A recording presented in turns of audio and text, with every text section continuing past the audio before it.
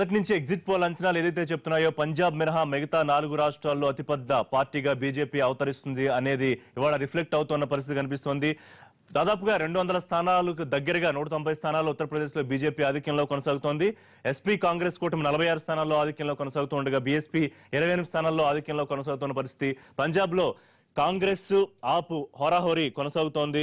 26 స్థానాల్లో కాంగ్రెస్ కొనసాగుతుంటే ఆప్ కొంచెం వెనకబడే ఉంది. ప్రస్తుతానికైతే 11 స్థానాల్లో. అలాగే మణిపూర్ లో బీజేపీ కాంగ్రెస్ మధ్య నువ్వా నేనా అన్న పోటీ నడుస్తోంది. దీనికి సంబంధించి ఈ ట్రెండ్స్ ని విశ్లేషించుకుందాం. మనతో పాటు పి విజయబాబు గారు, ఆర్టీఐ కమిషనర్, విశ్లేషకులు మనతో జాయిన్ అవుతున్నారు. సాకే శైలజానాథ్ గారు, మాజీ మంత్రి, కాంగ్రెస్ పార్టీ సీనియర్ నాయకులు, ఎన్వీఎస్ఎస్ ప్రభాకర్ గారు, బీజేపీ సీనియర్ నాయకులు, ఉప్పల్ ఎమ్మెల్యే. రైట్, విజయబాబు గారు, అంటే ఎగ్జిట్ పోల్ చెప్పిన దానికి ఒక టుడేస్ చాణక్య ఒకటి దాదాపు 285 స్థానాలు గెలుచుకుంటుంది బీజేపీ అని ఇచ్చారు. మిగతా వాళ్ళు అంటే హంగ్ వస్తుందా లేకపోతే ప్రభుత్వం ఏర్పాటు చేసే నెంబరు రాలేకపోతుందా బీజేపీ అన్న అంచనాలు తప్పెట్టు కనిపిస్తున్నాయా ప్రస్తుతం మనం ట్రెండ్ చూస్తుంటే?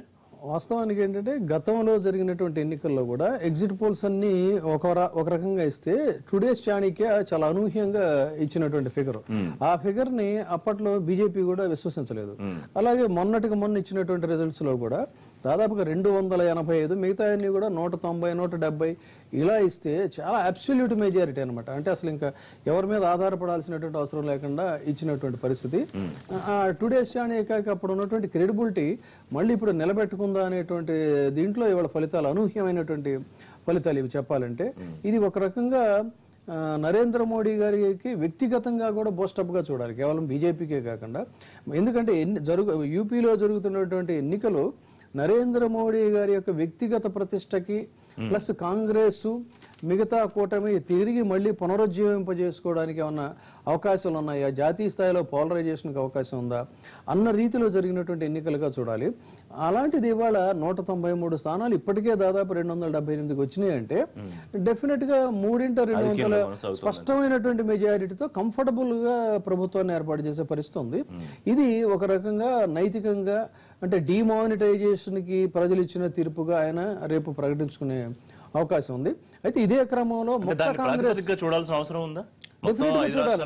డెఫినెట్ గా చూడాలి. ఇక్కడ మళ్ళీ మనం గమనించాల్సిన అంశం ఏంటంటే బిఫోర్ డిమానిటైజేషన్ పంజాబ్ ఉత్తరప్రదేశ్ ఎన్నికల మీద ఇవే 5 సంస్థలు సర్వే సంస్థలన్నీ కూడా సర్వే జరిపినప్పుడు కేవలం 193, 185 స్థానాలతో హంగ్ ఏర్పడేటువంటి అవకాశం ఉంది బీజేపీ.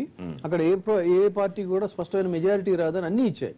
తర్వాత డిమానిటైజేషన్ తర్వాత ఒక దశలో ఏం చేసిందంటే అంత స్థాయిలో దాదాపు హంగ్ స్థాయి దాకా వెళ్ళినటువంటి బీజేపీ మొత్తంగా చతికిల పడింది ఇవాళ. సో నువ్వా నేనా అన్నట్టుగా ఉంటుందనేది వచ్చింది. తర్వాత మళ్ళీ Congress versus SP, Congress versus SP, ఈ కాంబినేషన్ అద్భుతం, అమోఘం అని చెప్పి ఒక వార్తలు వచ్చినాయి.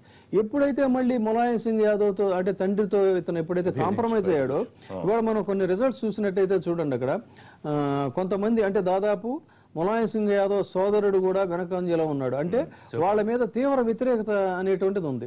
ఈ వ్యతిరేకత ఫలితాలే ఇవాళ ప్రత్యేకించి ఎస్పీ మీద లేకపోతే ఎస్పీ ప్లస్ కాంగ్రెస్ కూటమి మీద కూడా ప్రతిఫలించాయనుకోవచ్చు.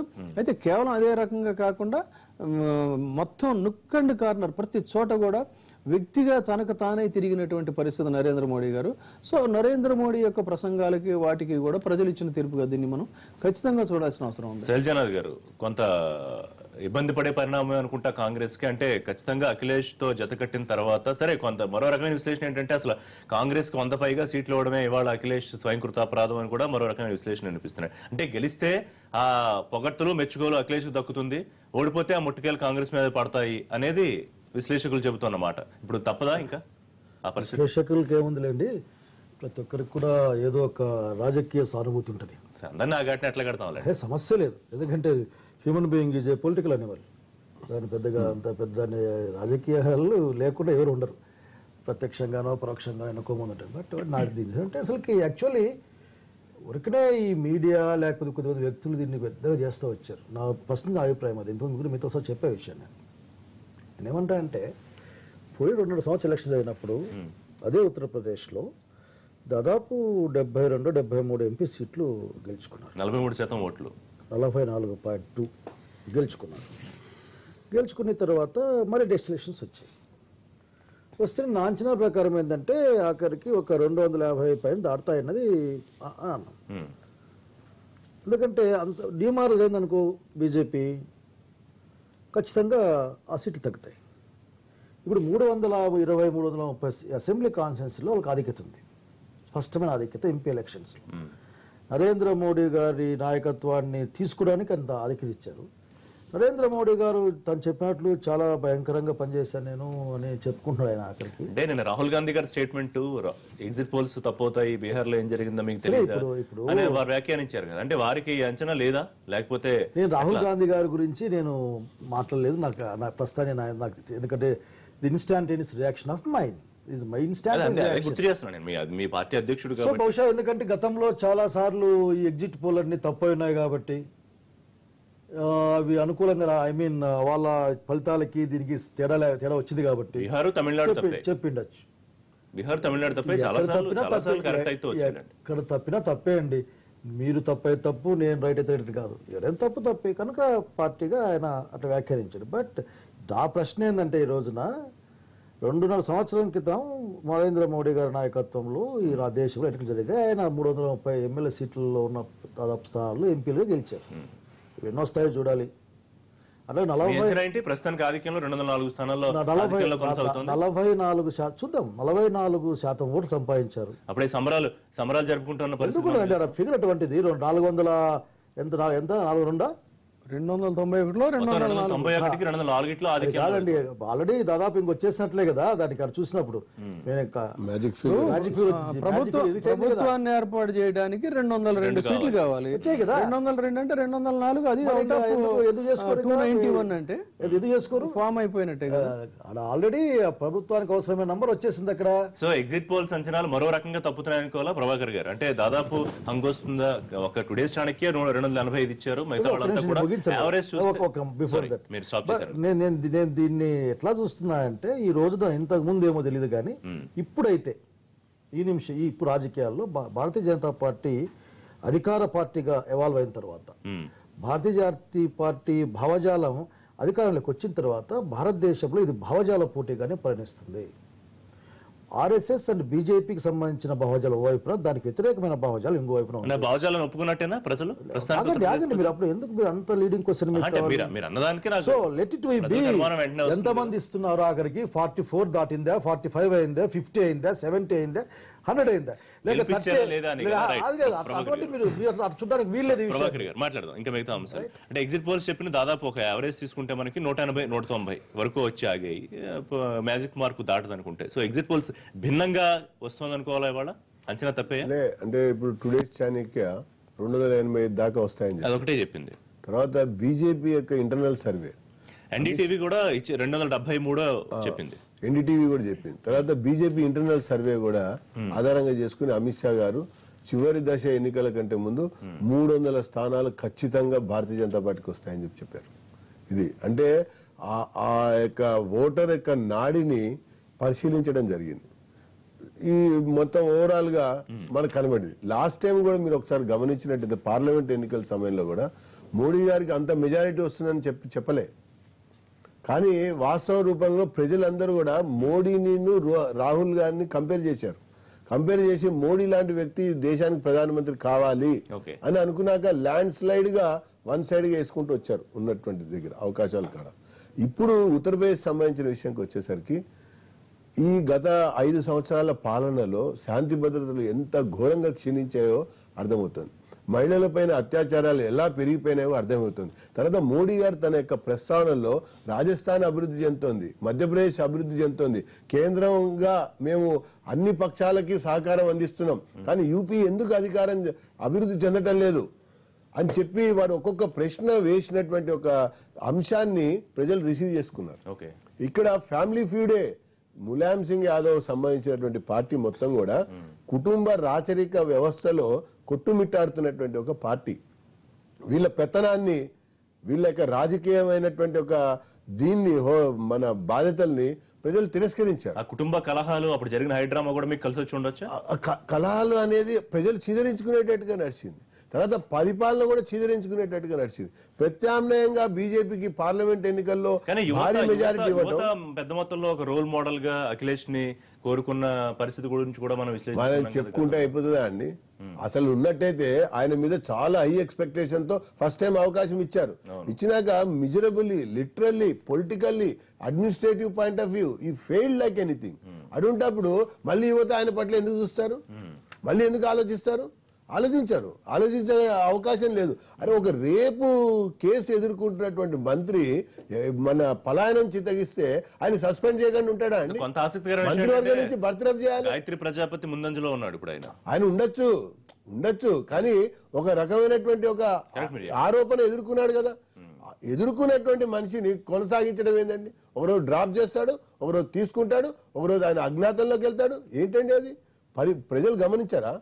ఆలోచిస్తారు కదా ఖచ్చితంగా. దాంతోపాటు ఈ కాంగ్రెస్ బిఎస్పీ మన ఎస్పీ కలయిక దీన్ని కూడా పబ్లిక్ రిసీవ్ చేసుకోవాలి. కాంగ్రెస్ తో కలవడం సమస్య ఏందంటారా? కాదు, నిన్న మొన్నటి వరకు కాంగ్రెస్ కూడా పూర్తి స్థాయిలో ఎస్పీని తూర్పారబడుతూ వచ్చింది, అన్ని రకాలుగా తూర్పారబడుతూ వచ్చింది. తర్వాత కాంగ్రెస్ కి గత్యంతరం లేదు. కలిస్తే 10 రావచ్చు, కలవకపోతే 5 రావచ్చు. కలిస్తే 10 రావచ్చు, కలవకపోతే 5 రావచ్చు. అయితే ఇన్ ద లార్జర్ ఇంట్రెస్ట్ బీజేపీని ఆపాలన్నట్టుగా ఒకే ధ్యేయంతో నడుస్తున్నటువంటి పార్టీలకి కనువిప్పు కలిగించేటువంటి రీతిలో ప్రజలు ఇచ్చినటువంటి తీర్పుగా మనం విజువల్ ఎఫెక్ట్ గ్రాఫిక్ చూస్తున్నాం మనం. బీజేపీ 44 స్థానాల్లో ప్రస్తుతానికి తన ఆధిక్యంలో కొనసాగుతోంది. కాంగ్రెస్ 22 స్థానాల్లో మొదట్లో కొంచెం పోటాపోటీగా ఉంటుందనుకుని దాదాపుగా సగం పైచిలకు స్థానాల్లో బీజేపీ ఆధిక్యంలో కొనసాగుతోంది. 44 ప్రస్తుతం బీజేపీ, 22 కాంగ్రెస్, ఇతరులు 4 స్థానాల్లో ఆధిక్యంలో కొనసాగుతున్న పరిస్థితి. అక్కడ 36 మ్యాజిక్ ఫిగర్ గవర్నమెంట్ ఏర్పాటు చేయడానికి. అలాగే ఉత్తరప్రదేశ్ చూస్తే బీజేపీ 204 స్థానాలు 291కి 204లో ఆధిక్యంలో కొనసాగుతోంది. ఎస్పీ కూటమి 58, బీఎస్పీ 28 స్థానాల్లో ప్రస్తుతం ఆధిక్యంలో ఉంటే ఇతరులు 1 స్థానంలో ఆధిక్యంలో కొనసాగుతున్న పరిస్థితి. విజయబాబు గారు, అంటే ఏ వ్యతిరేకత ఎస్పీ కాంగ్రెస్ కూటమిని ఎంత వెనక్కి నెట్టేస్తోంది? ఎటువంటి అనుకూలత బీజేపీని ముందుకు తీసుకెళ్తోంది? అంటే లోకలా నాన్ లోకలా అని ఇష్యూ వచ్చింది, అలాగే ముస్లింలకు 1 సీటు కూడా బీజేపీ ఇవ్వలేదు అనే వ్యతిరేకత వచ్చింది, లేకపోతే హిందువుల్ని వాళ్ళకి అనుకూలంగా ఉండేలాగా మతాలను ఏదో రెచ్చగొడుతూ ప్రసంగం చేస్తున్నారు మోడీ గారు అన్న విమర్శలు వచ్చాయి. మరి ఏమీ పనిచేయలేదనుకోవాలా? ఉత్తరప్రదేశ్లో ఎన్నికలకి విభిన్నమైనటువంటి పరిస్థితులు ఉన్నా కూడా ఓవరాల్ గా చూసుకున్నప్పుడు ఏంటంటే ఉత్తరప్రదేశ్ ఎన్నికలు ఇవాళ ఈ భారత రాజకీయాలను ప్రభావితం చేసేటువంటి ఎన్నికలుగా గతంలో ఉన్నాయి, ఇప్పుడు కూడా ఉన్నాయి. అయితే ఇప్పుడు ఎందుకు ఇంత ఉత్కంఠ అని అంటే కేవలం ఉత్తరప్రదేశ్ ఎన్నికలు కాదు ఉత్కంఠ, ఇది ఆఫ్టర్ డిమానిటైజేషన్ జరుగుతున్నటువంటి ఎన్నికలు. అంటే ఇది నరేంద్ర మోడీ గారి యొక్క సంచలన నిర్ణయాల మీద తీర్పుగా చూసేటువంటి పరిస్థితి. అలాగే ఆపోజిట్ దీంట్లో కాంట్రాస్ట్ గా చూసుకున్నట్టయితే ఒకవేళ గనక ఉత్తరప్రదేశ్లో బీజేపీ ఓడిపోయినట్లయితే భారత రాజకీయాల్లో మళ్ళీ ఒక కొత్త కూటమి ఏర్పడేటువంటి దీనికి అంటే పొలిటికల్ పోలరైజేషన్ కి ఇది తెరదీసేటువంటి పరిస్థితిగా చూడాలి అనేటువంటి దీంతో ఈ ఎన్నికలు జరిగాయి. అయితే కేవలం ఇది ఒక నరేంద్ర మోడీ పెర్ఫార్మెన్స్ గే పట్టం కట్టిన పరిస్థితి, లేకపోతే కాంగ్రెస్ మీరు అన్నట్టుగా కాంగ్రెస్ వర్సెస్ ఎస్పీ కూటమికి జనం చేదరించుకున్న పరిస్థితి అంటే దానికి మళ్ళీ విడివిడిగా కారణాలు గ్రౌండ్ లెవెల్ రియాలిటీస్ చూస్తే గ్రౌండ్ లెవెల్ రియాలిటీస్ లో ఉత్తరప్రదేశ్ అంతా కూడా ఒక రకమైనటువంటి సామాజిక పరిస్థితులు, సాంస్కృతిక పరిస్థితులు లేవు, విభిన్నమైనటువంటి పరిస్థితులు. అక్కడ ఒక రకంగా బీజేపీ స్ట్రాటజీ కూడా కరెక్ట్ గా కలిసి వచ్చిందని చెప్పాలి. అంటే ఏంటి, అక్కడ ఒక ఎలైట్ ఫోర్స్ బీసీలో ఎలైట్ ఫోర్స్ యాదవులు అయినప్పుడు ఓబీసీల్లో యాదవేతర వర్గాలన్నిటినీ కూడా పోలరైజ్ చేసి వాళ్ళని కూడగట్టి వాళ్ళకి టికెట్లు ఇవ్వడం ద్వారా చాలా సక్సెస్ఫుల్ గేమ్ బీజేపీ ప్లే చేసింది. అక్కడ సక్సీడ్ అయ్యారు. ఇంకోటి అఖిలేష్ యాదవ్ కూడా తన్ని ఓన్ యాదవుల కులస్తుడిగా లేకపోతే వాళ్ళ అంబాసిడర్ గా ఓన్ చేసుకున్న పరిస్థితి లేదేమో. కానీ ఇందాక మీరు పెట్టిన ఒక మంచి పాయింట్ ఏంటంటే యూత్ పరిస్థితి ఏంటన్నారు. డెఫినెట్ గా అతను ఒక యూత్ ఐకన్ గా ఉన్నాడు, లేడంటానికి వీల్లేదు. అయితే యూత్ యొక్క భావజాలం ఎలా ఉంటుంది, ఒక సంచలన నిర్ణయాలు తీసుకున్నప్పుడు వాళ్ళు ఉవ్వెత్తున ఎగసిన కెరటంలాగా ఎగసిపడతారు. ఎప్పుడైతే తండ్రి మీద ఇతను తిరుగుబాటు చేశాడో, అద్భుతమైనటువంటి బాబాయిల మీద, తండ్రి మీద, బాబాయిల అవినీతి మీద ఇతను తిరుగుబాటు చేసినప్పుడు బ్రహ్మాండమైనటువంటి ఒక ఫోర్స్ వచ్చింది. ఆ కాంప్రమైజ్ అవటాన్ని వాళ్ళు జీర్ణించుకోలేకపోయారు. అక్కడ అతన్ని తిరస్కరించేటువంటి పరిస్థితి వచ్చింది. అంటే యువత భావజాలం ఎప్పుడు కూడా అటైనా ఇటైనా అదే రకంగా ఉంటుంది. అది అతనికి డెఫినెట్ గా ఎఫెక్ట్ అయ్యి కాంగ్రెస్ తో కూడా కొంత ఈ పరిణామానికి కారణం. కాంగ్రెస్ తో కలిసినటువంటి పరిణామాలు అంటే కాంగ్రెస్ ను ఎస్పీ కలిసినప్పుడు ఒక మంచి ఫోర్స్ వచ్చింది. అక్కడ మనకి అనాలిసిస్ కూడా రాజకీయ పండితులు కూడా విశ్లేషించింది ఇది బెస్ట్ కాంబినేషన్. ఎందుకన్నట్టయితే ములాయం సింగ్ యాదవ్ మొదటి నుంచి కూడా కాంగ్రెస్ కి తీవ్రమైన వ్యతిరేకి. అలాంటి వ్యతిరేకమైనటువంటి పార్టీని కుమారుని దగ్గరికి తీసుకొని వీళ్ళు ఒకటిగా వీళ్ళు ఒక కూటమిగా ఏర్పడటం అనేది కాంగ్రెస్ చాలా మంచి స్ట్రాటజీ ప్లే చేసిందని చెప్పి అని అన్నారు. అయితే ఎక్కడ ఎఫెక్ట్ అయింది అని అంటే అలాంటి పరిస్థితుల్లో వీళ్ళు దగ్గరికి వెళ్ళిన తర్వాత తండ్రితో మళ్ళీ బాబాయిలతో రాజీ ఎక్కడైతే పడ్డాడో అక్కడ ఈ కాంబినేషన్ టోటల్ గా ఫెయిల్ అయిందని చెప్పి అనుకోవాలి తప్ప ఇది కాంగ్రెస్ వల్ల ఎస్పీ వాళ్ళ దెబ్బతిందా లేకపోతే ఎస్పీతో అంటగా కాంగ్రెస్ దెబ్బతిందా అనేది దట్ ఈస్ ఇమ్మెటీరియల్ కానే కాదు. But what ever it is అక్కడ ఉన్నటువంటి గ్రౌండ్ రియాలిటీస్ ఎలా ఉన్నప్పటికీ కూడా ఓవరాల్ గా ఇవాళ భారతదేశంలో చూసుకున్నప్పుడు నరేంద్ర మోడీ సంచలన నిర్ణయాలకి ఇది ఉత్తరప్రదేశ్ ప్రజలు ఇచ్చినటువంటి ఒక సంచలన తీర్పుగా. ఎందుకంటే దాదాపు 202 ఉన్నట్టయితే సింగిల్ లార్జెస్ట్ పార్టీగా కంఫర్టబుల్ గా పార్టీ ఏర్పాటు చేసేటువంటిది ఇవాళ దాదాపు 220 వరకు 331లో 220 వరకు వెళ్ళిందంటే ఒక సింగిల్ లార్జెస్ట్ పార్టీగా ఫామ్ అవ్వబోతా ఉంది. తర్వాత అట్లాగే మీకు ఇటు చూసుకున్నట్టయితే ఉత్తరాఖండ్ లో కూడా కంఫర్టబుల్ గానే ఫామ్ చేసిన పరిస్థితి. అయితే ఒకటే కొంచెం ఇదేంటంటే డిసప్పాయింటింగ్ ఇది మణిపూర్ కూడా కొన్ని ఎగ్జిట్ పోల్స్ మణిపూర్ కాంగ్రెస్ కి అనుకూలంగా ఇచ్చిన లేదు డెఫినెట్ గా మణిపూర్ కూడా పంజాబ్ వస్తున్నారు. అయితే ఓవరాల్ గా ఎందుకు రావాలి ఇవాళ అన్నట్టయితే ఎంత లార్జెస్ట్ పార్టీగా కంఫర్టబుల్ పార్టీగా ఉన్నా కూడా పార్లమెంట్ లో రాజ్యసభకు వచ్చేసరికి ఇవాళ బీజేపీ కొన్ని సంచలన నిర్ణయాలు తీసుకోవాల్సిన అవసరం ఉంది. మహిళా బిల్లు కావచ్చు లేకపోతే కామన్ కోడ్ ఆఫ్ సివిల్ లా కానీ ఇలాంటి నిర్ణయాలు తీసుకోవాలన్నప్పుడు 6,600 ఎలక్టోరల్ సీట్లు రాజ్యసభలో కావాలి.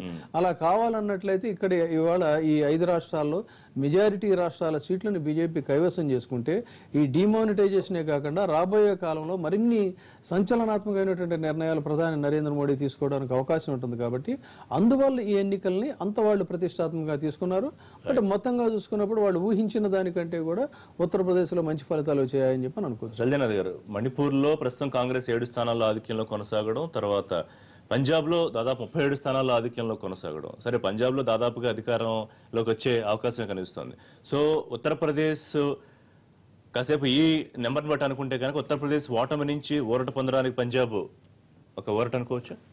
ఇది కాంగ్రెస్ పార్టీ అనేది భారతదేశం ప్రజాస్వామ్యం ఏర్పడ్డప్పటి నుంచి రాజకీయం చేస్తాం ప్రజల కోసం. నేను మీకు చెప్పేందంటే ఎలక్షన్లో ఓటమి గెలుపు అన్నది జరుగుతూ ఉంటుంది. ఇప్పుడు పంజాబ్లో ఓడిపోతుంది కాబట్టి బీజేపీ నరేంద్ర మోడీ యొక్క ఇన్ఫ్లుయెన్స్ లేదని చెప్పడం కానీ, లేక గోవాలో కూడా టైట్ గానో ఓడిపోయే పరిస్థితిలో ఉంది కాబట్టి బీజేపీ ప్రభుత్వం అక్కడ ఉంది కాబట్టి బీజేపీకి మొత్తం అంత వ్యతిరేకం ఉన్నాయి, ఇట్లా కంక్లూజన్ రాలేమండి. ఉత్తరప్రదేశ్ ఎలక్షన్స్లో ఉత్తరప్రదేశ్ ప్రజలు Uttarakhand 2-1 single unit almost single unit ఉండేవి. దాంట్లో బీజేపీకి స్పష్టమైన భారీ ఆధిక్యత చూస్తూ ఉన్నాం. ఇక్కడ మిగతా రాష్ట్రాల్లో పోటాపోటీనా లేదా వెనకనా అనే చూస్తూ ఉన్నాం. పంజాబ్ కానీ మణిపూర్ కానీ గోవా కానీ ఎవరైనా ముందుకు రావచ్చు, 2-3 సీట్లు పెద్ద గొప్ప విషయం కాదు. సో ఈ రోజు నేను చెప్పేందంటే నరేంద్ర మోడీ అనే ఒక పర్సనాలిటీ భారతదేశ ప్రధానమంత్రి భారతీయ జనతా పార్టీకి తానే సర్వస్వమై ఈ రోజున ఎలక్షన్లు చేశారు ఉత్తరప్రదేశ్లో. సో ఇంకేం దాంట్లో ఇంకా డిస్కషన్ కూడా no doubt in that already 219 మీ లెక్కలో 219 నాకు కనిపిస్తున్నాయి ఇక్కడ. ఇంకా మనం అధికారం ఎవరు వస్తారు గెలిపేది ఈ సమస్య ఏంది లేదు, అయిపోయింది. ఎంత బలంగా వస్తారన్నది ఇప్పుడు సమస్య అంతే. ఆఖరికి నేను ఫస్ట్ చెప్పినట్లే ఆఖరికి నేను ఎట్లా చూస్తున్నా అంటే విషయాన్ని అక్కడ ఫలితాలు పంజాబ్లో గెలిచేస్తేనే పంజాబ్లో ఓట్లు పంజాబ్ ప్రజలు తిరస్కరించారని. సో కాంగ్రెస్ పార్టీ రాజకీయం చేసిన రీప్లేస్మెంట్ అనుకోవచ్చు. ఉత్తరాఖండ్ వెళ్ళిపోయి మీ చేతిలోంచి పంజాబ్ యాడ్ అవుతుంది. 7 రాష్ట్రాలు, ఒక పెద్ద రాష్ట్రం కర్ణాటక మీ చేతిలో ఉంది.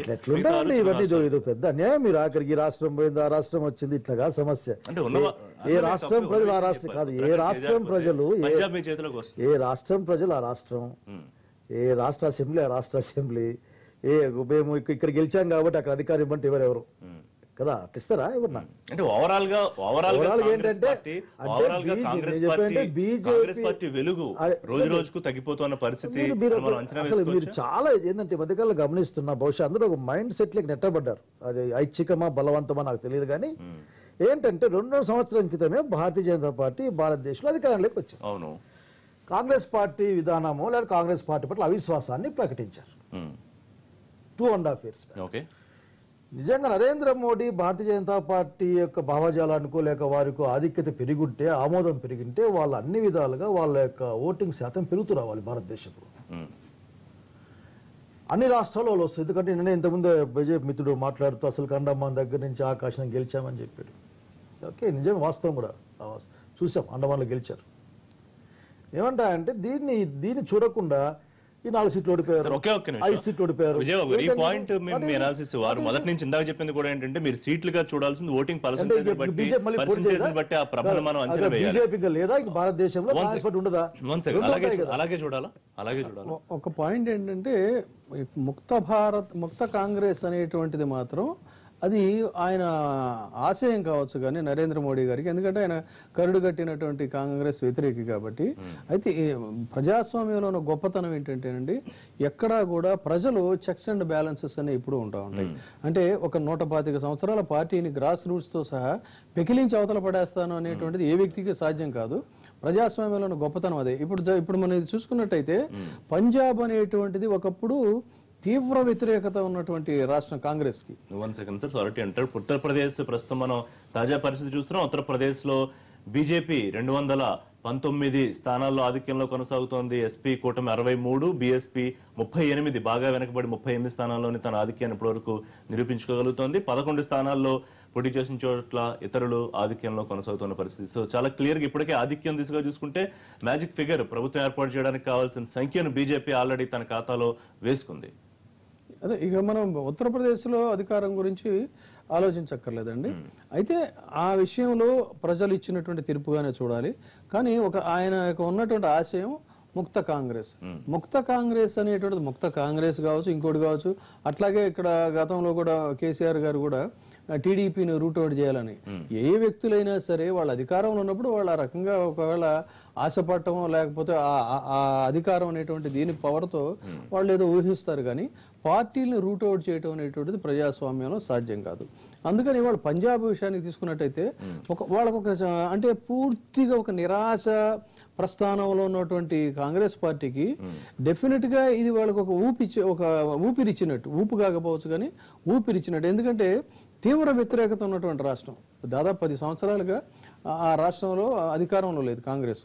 అంటే పంజాబ్ అనగానే మనకు తెలుసు అక్కడ కాంగ్రెస్ కి ఎంత వ్యతిరేకత వచ్చిందో.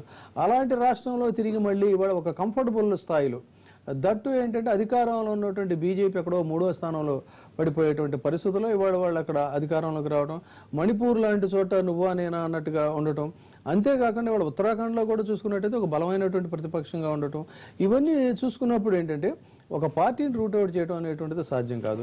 అదే క్రమంలో ఇంకొక నైతిక విజయం నరేంద్ర మోడీ గారిది ఏంటంటే ఒక కొత్త కూటమికి, ఒక యూపీఏ లాంటి మళ్ళీ ఒక కొత్త కూటమికి జాతీయ స్థాయిలో ప్రయత్నాలు జరగడానికి చాలా సిద్ధంగా, ఆసక్తిగా ఉత్తరప్రదేశ్ ఫలితాలను ఇటు కమ్యూనిస్టులు కావచ్చు, మమతా బెనర్జీ కావచ్చు, లేకపోతే ఆపుకి సంబంధించినటువంటి ఆపు కావచ్చు, వీళ్ళంతా కూడా ఏంటంటే ఒక కొత్త కూటమి కోసం మనం కాంగ్రెస్తో కలవాలా, అవసరం లేదా, థర్డ్ ఫ్రంట్కి సాధ్యాలు ఎంతవరకు అనేటువంటి ఒక వేచి చూసే ధోరణిలో ఉన్నారు. ఇతను లాలూ ప్రసాద్ యాదవ్ లాంటి వాళ్ళతో సహా. అది ఇవాళ వాళ్ళ ప్రయత్నాలకి మాత్రం ఇవాళ ఉత్తరప్రదేశ్ ఎన్నికల ఫలితాలు గండి కొట్టాయి తాత్కాలికంగా మాత్రం మనం చెప్పుకోవచ్చు. కానీ మొదట్లో ఉన్న పిక్చర్ కి మోడీ గారు ప్రచార రంగంలోకి దిగి చివరిలో ప్రచార హోరు పెంచిన దానికి ఫలితమే ఇది అనుకోవచ్చా ప్రభాకర్ గారు? మొదట్లో డేలా పడ్డ బీజేపీ శ్రేణులు తర్వాత పుంజుకోవడానికి, అలాగే రైతుల రుణమాఫీ అని మీరు చెప్పింది, అగ్రవర్ణాలని మీ వెనకాల ఉంచేటట్టు చేసుకోగలగడం, రెండోది ఇళ్లు అందరికి 2022 కల్లా ప్రతి పేద కుటుంబానికి ఇల్లు ఇస్తామని ప్రామిస్లే ఇవాళ ఈ నెంబర్ ఇవ్వగలుగుతున్నాయి. ఇప్పుడు ఇవన్నీ ఒక ఎత్తు. ఇంకోటి అక్కడ ఈ రోజు వరకు ఎవరెవరు అధికారంలో ఉన్నారు, ఏ సెక్షన్స్ పవర్ఫుల్ గా పొలిటికల్ గా ఎంపవర్డ్ అయ్యి ముందుకెళ్తున్నారు అన్నటువంటిది కనబడుతున్న దృశ్యం. దీంట్లో మన మోస్ట్ బ్యాక్వర్డ్ కమ్యూనిటీస్ ఆర్గనైజ్ చేశారు. అట్లనే ఒకవైపున ముస్లింలు అందరూ కూడా చాలా మంది బీజేపీ కూడా పనిచేసిన వాళ్ళు ఉన్నారు. ఇప్పుడు మీకు పర్సంటేజ్ విల్ సీ లేటర్, చాలా మంది బీజేపీ కూడా ఓటేశారు. అయితే ఇక్కడ గమనించిన అంటే ఎంతసేపు యూపీలో ఎస్పీ గాని బీఎస్పీ గాని కాంగ్రెస్ గాని అప్పీజ్మెంట్ దిశగానే పోతున్నాయి. ఈ అప్పీజ్మెంట్ దిశగా పోతున్నటువంటి అంశాలని విషయాలని టైమ్లీగా అమిత్ షా గారు లేవనెత్తారు, మోడీ గారు లేవనెత్తారు. ఉదాహరణకి ఇప్పుడు రంజాన్ సమయంలో కరెంట్ ఇవ్వాలి, అందరం ఇస్తున్నాం. ఇక్కడ తెలంగాణలో ఇస్తున్నాం, ఆంధ్రప్రదేశ్లో ఇస్తున్నాం, యూపీలో ఇస్తున్నాం, మధ్యప్రదేశ్లో ఇస్తున్నాం, రాజస్థాన్లో ఇస్తున్నాం. అదే మోడీ గారు ఏం చెప్పారు, అచ్చా ఇస్తున్నారు కరెక్టే, మరి దీపావళికి ఎందుకు ఇవ్వటం లేదు, ఎందుకు హోలీకి ఇవ్వటం లేదు, ఎందుకు ఇంకో పండగకి ఇవ్వటలేదు, ఎందుకు ఆ సమయంలో పూర్తి పవర్ కట్స్ అన్నటువంటి అంశాన్ని అన్నటువంటి విషయాలను కూడా ప్రస్తావించారు. చూసి మాట్లాడే ప్రయత్నం అంటే అనేది గవర్నెన్స్ లో వివక్షను ప్రదర్శిస్తున్నారు in the name of appeasement అన్నటువంటిది కూడా ఒక ప్రచారాంశం అయింది. తర్వాత సంక్షేమ పథకాల విషయంలో కూడా ఈరోజు మోడీ గారు రైతుల విషయంలో చాలా స్పష్టంగా మొన్న బడ్జెట్ లోనే రైతులకి రూరల్ కి చాలా కేటాయింపులు జరిపారు. అందులో రుణమాఫీ విషయాన్ని కూడా తీసుకొచ్చారు. ఒకవైపున యూపీ అంటే రూరల్ అన్నట్టు అర్థం, యూపీ అంటే అగ్రికల్చర్ కి సెంటర్ అన్నట్టు అర్థం. ఆ యొక్క స్టేట్ లో కులాల వారీగా ఓట్ బ్యాంక్స్ ఉన్నాయి, రీజనల్ వారీగా కూడా దాంట్లో కూడా ఓట్ బ్యాంక్స్ ఉన్నాయి. దీన్ని నేపథ్యంలో ఛేదించడం, ఒకవైపున పార్లమెంట్ ఎన్నికల్లో పూర్తి స్థాయి మెజారిటీ ఇచ్చిన తర్వాత మళ్ళీ మోడీ గారి యొక్క నాయకత్వానికి పరీక్ష అని చెప్పని అందరు అంటున్నప్పుడు రకరకాల ఎత్తులు వేయాల్సి వస్తుంది. ఇటు కాంగ్రెస్ ఎస్పీ కలిసి రావటం, కలిసి పోటీ చేయటం ఒక రకంగా కలిసి వస్తే, పరిపాలన పరమైనటువంటి వైఫల్యాలు ఇంకో రకంగా కలిసి వస్తే, తరచుగా అక్కడ జరుగుతున్నటువంటి ఒక సంఘటనలన్నీ కూడా బీజేపీకి అనుకూలంగా పనిచేసినాయని చెప్పని మనం చెప్పుకోవచ్చు. ఏదేమైనప్పటికీ కూడా ఓవరాల్ గా ఉత్తరప్రదేశ్, ఉత్తరాఖండ్ అంటే ఒకవైపున ప్రత్యామ్నాయంగా ప్రజలు చూసి అధికారంలో ఉన్నటువంటి పార్టీని ఓడగొట్టి ప్రతిపక్షంలో ఉన్నటువంటికి ఇచ్చారు అన్నటువంటి దానిగా దీన్ని పెట్టుకోలేము. గోవాలో కొంచెం ఈవెన్ పంజాబ్ విషయంలో కూడా మేము అకాలీదళ్తో మిత్రపక్షమైనా కూడా అకాలీదల్లో కూడా ఈ ఏజ్ ఫ్యాక్టర్ అనేది చాలా ప్లే చేసింది. యంగర్స్ కి టికెట్ ఇవ్వాలని చెప్పని జనరేషన్ మారుతున్నటువంటి నేపథ్యంలో అవకాశాలు పెంచాలని మేము చాలా చెప్పుకొచ్చాం. కానీ అకాలీదళ్ వినడానికి సిద్ధంగా లేకపోవటం వల్లనే ఈరోజు అక్కడ మనకి దెబ్బ తగులుతున్నటువంటి అంశం అని చెప్పి అనుకోవచ్చు. ఇట్లా ఇక మణిపూర్ విషయానికి వస్తే చూడండి, first time north eastern state లో బీజేపీ ఏ రకంగా ముందుకెళ్తుంది. అదే ఇవన్నీ కూడా డిమానిటేషన్ జరిగినటువంటి తర్వాత, డిమానిటేషన్ చేసిన తర్వాత ఎవరండి దేశవ్యాప్తంగా తిరిగింది, ఎవరు కుంభకోణాల్లో పాల్గొన్న వాళ్ళు, అక్రమాలు చేసిన వాళ్ళు, అవినీతి కేసుల్లో ఎదుర్కొంటున్నటువంటి వాళ్ళు కూటమిగా ఏర్పడి దేశమంతా తిరుగుతూ మేము ఒకవైపున నల్లధనం బయటకు తీసుకొస్తామంటుంటే, అవినీతిని ఎండగట్టడానికి కొరకు చేస్తున్నామంటేను, ఉగ్రవాదాన్ని మట్టుబెట్టడం కొరకు ముందుకెళ్తున్నామంటుంటేను వీళ్ళు దేశవ్యాప్తంగా ర్యాలీలు తీస్తారు. ఎస్పీ, బీఎస్పీ, కాంగ్రెస్ దీనికి వ్యతిరేకంగా మాట్లాడాయి. దాన్ని ప్రజలు చెంపపెట్టులాగా కొట్టారు. అక్రమాలు, అవినీతి, కుంభకోణాలకు పాల్పడినటువంటి వ్యక్తులు దేశం ప్రజలకు వెళ్ళి ఆక్రోశం వ్యక్తం చేస్తున్నాం అంటుంటే ప్రజలకు అర్థం కాదా అండి? ఇది వాళ్ళకి బుద్ధి చెప్పారు. తర్వాత కమ్యూనిస్టులు కూడా పెద్దల మాట మాట్లాడటం మొదలుపెట్టి మాట మర్చిపోయిన తర్వాత కనబడినటువంటి ఒక దృశ్యం చెప్పాల్సి వస్తుంది. ఏంటంటే ఎట్లానే చెప్పచ్చు, కాంగ్రెస్ పార్టీ పంజాబ్ లో కాంగ్రెస్ పార్టీ గెలిచింది, దాదాపు లెక్కల ప్రకారం మణిపూర్ లో గెలిచింది, గోవా బీజేపీ పాలిత గోపాలో లీడింగ్ లో ఉంది. అంటే అక్కడ మీకు చంపదెబ్బ కొట్టారా జనాలు? మీరు చేసిన పద్ధతులు మోడీ గారు తప్పని చెప్పారా? పంజాబ్ లో 0 వచ్చింది మీకు అంటే పంజాబ్ ప్రజలు యావత్తు మీకు వ్యతిరేకంగా ఉన్నారా? మాట్లాడడం కరెక్ట్ కాదు. మీరు బీజేపీ నీతివంతమైన పార్టీ, రండి చర్చిద్దాం. మీ ముఖ్యమంత్రులు, మీ ఎమ్మెల్యేలు, మీరు, మీ నాయకులు, మీ పార్లమెంట్ లో మనుషులు అన్ని మాట్లాడుతున్నట్టండి. ఈరోజు మీరు తెచ్చారా? ఈ దేశానికి సమాచార హక్కు ఇచ్చిందే కాంగ్రెస్ పార్టీ. ఈ దేశానికి సమాచార హక్కు ఇచ్చింది కాంగ్రెస్ పార్టీ. ప్రజా ఉద్యమం ఏర్పడిన తర్వాత బీజేపీ ఒక్కసారి మాట్లాడలేదు. వచ్చినాక బయటకు వస్తా బీజేపీ వాళ్ళు ఒక్కరు కష్టపడలేదు దేశం కోసం. సమాచార హక్కు కోసం బీజేపీ కష్టపడిందా? బీజేపీ కష్టపడింది సమాచార హక్కు కోసం. బీజేపీ కష్టపడిందా? రైట్ ఎడ్యుకేషన్ కోసం కష్టపడిందా? రైట్ హెల్త్ కోసం కష్టపడిందా? ఏమీ కష్టపడకుండా మీకు ప్రచారంతో ఇంత మాటలు ఎందుకండి? యూపీ ఎలక్షన్స్ లో మీరు ఏమాత్రం డబ్బులు ఖర్చు పెట్టకుండా మీరు గెలిచారా? మీ యొక్క అయిపోయింది కనుక ఇటువంటి మాటలు వద్దండి. ఇటువంటి ఏదో ఊరికే చెప్పుకునే మనం పనిచేస్తాయి. గోవాలో మీ సీఎంఏ ఓడిపోతా ఉన్నాడు. అక్కడ పరిస్థితి కొంచెం ఆసక్తికరమైన పరిణామం. గోవాలో ఎందుకంత వ్యతిరేకత ఉండడానికి కారణం విజయబాబు గారు? గోవాలో పర్సేకర్, లక్ష్మీకాంత్ పర్సేకర్ వ్యవహార శైలి మొదటి నుంచి ఆ పార్టీకి కూడా కొరుకుడు పడినటువంటి పరిస్థితుల్లో, మింగుడు పడినటువంటి పరిస్థితిలో ఉంది. ఒక దశలో సీఎంను మార్చాలని చెప్పి కూడా అనుకున్నారు వాళ్ళు. అనుకున్నటువంటి పరిస్థితుల్లో పారేకర్ని తీసుకెళ్లి పెట్టాలనుకున్నారు. అయితే పారేకర్ ఇక్కడ జాతీయ స్థాయిలో ఒక కీలకమైనటువంటి పాత్ర వహించాల్సిన అవసరం ఉంది కాబట్టి వద్దని చెప్పి అనుకున్నారు. ఆ టైంలో కనుక మార్చినట్టయితే కొంత వాళ్ళకి మెరుగైన ఫలితాలు ఉండేయేమో. కాబట్టి అతని యొక్క వ్యక్తిగతమైనటువంటి వ్యతిరేకత డెఫినెట్ గా ఆ పార్టీ ఎన్నికల ఫలితాల మీద కూడా కనిపించింది అనుకోవచ్చు. అది తెలిసి కూడా వాళ్ళు టాలరేట్ చేయటం, ముఖ్యమంత్రులు మార్చే సంస్కృతి మనకు మంచిది కాదు అనేటువంటి ఒక మొండి వైఖరి గోవాలో ఇవాళ వాళ్ళకి అననుకూల కొంతవరకు ఫలితాలు రావడం.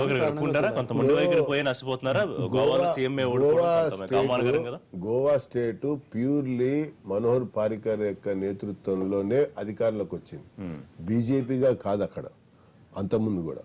తర్వాత ఇప్పుడు ఆయన ఎప్పుడైతే జాతీయ స్థాయికి మార్చారో అక్కడ నేషనల్ ఇంట్రెస్ట్ ను, తర్వాత ఈ సర్జికల్ ఇవన్నీ స్ట్రైక్స్ ఇవన్నీ జరిగిన సమయంలో మళ్ళీ తిరిగి పంపించడానికి అవకాశం లేకపోయింది. ఇకపోతే అది ఒక కాస్మోపాలిటన్ టైప్ గోవాలో ఉంది. ఈ గోవా టైప్ లో ఉన్నటువంటి ముఖ్యమంత్రి గారు రాణించలేకపోయారని మాకు తెలుసు. తర్వాత మార్చాలని చెప్పని కూడా అనుకున్నాం.